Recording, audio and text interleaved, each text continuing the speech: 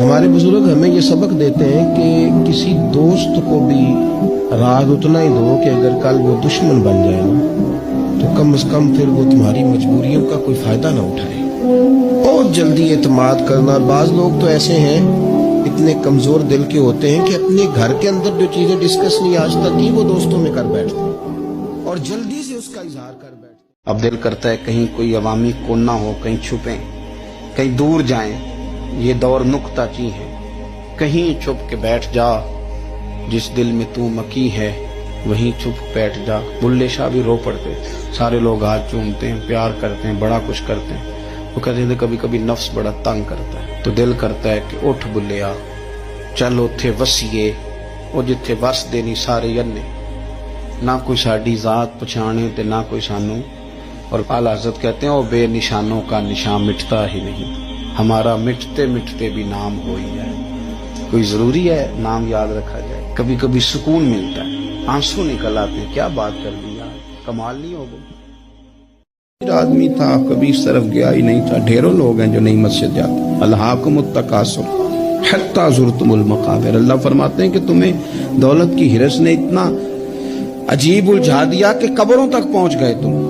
بہت سارے لوگ ہیں قبر میں چلے جاتے ہیں, مسجد میں نہیں آتے. تو کہتے ہیں میں نے اسے چند آیتیں سنائی, اس کی تو کیفیت ہی بدل گئی. کہنے لگا مولانا زندگی بڑی گناہوں میں گزری ہے, اب توبہ کر لوں تو مالک معاف کر دے گا. تو کہتے ہیں میں نے کہا ہو بندے کے آنے کی دیر ہے, اس کی رحمت تو فوراً ہی قبول کر لیتی ہے. قول ہے حضرت علی کا, اسے یاد رکھنا.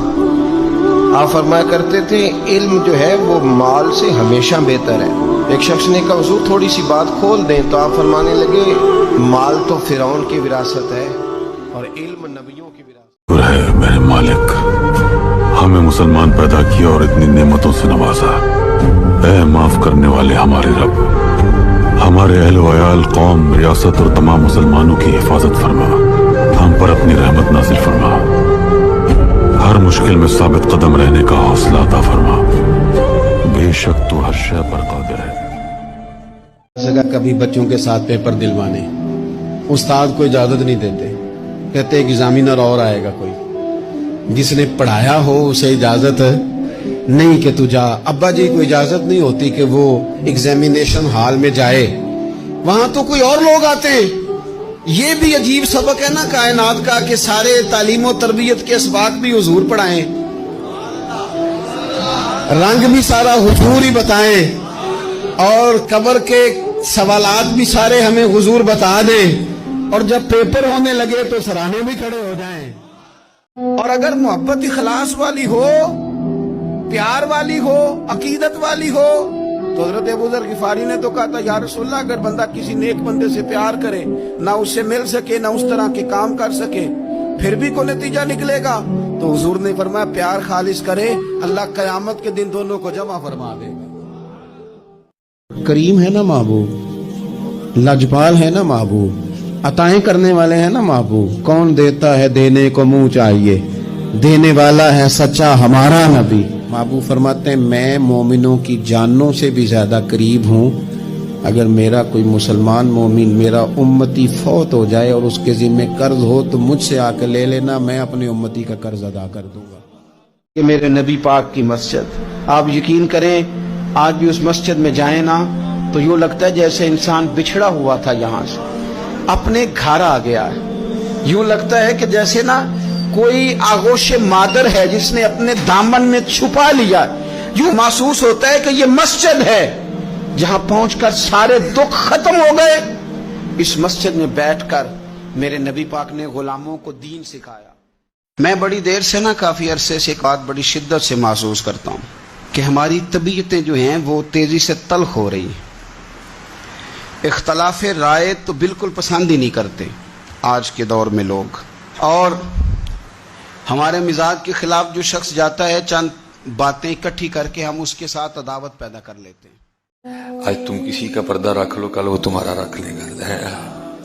کہ دن تو آنے والا ہے نا جس کے لیے اللہ خود کہتے ہیں یوم تبلی السرائر, آج راز کھولے جانے کا دن ہے. جس کو ہم اپنے کاغذوں میں چھپائے بیٹھے ہیں وہ تیرے کاغذوں میں چھپا ہے, لیکن اس سے کوئی نہیں چھپا ہوا ہے.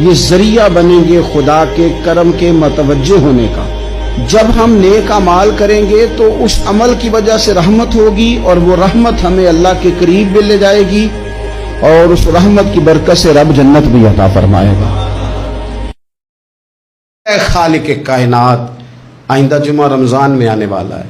اللہ امت کی خیر فرمانا، کشمیر کے مظلوموں کی خیر کرنا، برما کے مجبوروں کی خیر کرنا. پاکستان تیرے نبی پاک علیہ السلام کے نام پر، کلمے کے نام پر بنایا گیا وطن ہے. اللہ اس میں دین کا جھنڈا نافذ فرما دے. اس وطن عزیز کو قیامت کی صبح تک قائم فرمانا. اس ماہ مقدس میں تو جن لوگوں کو معاف کرے گا، ہم سب کے نام بھی اس میں شامل فرما.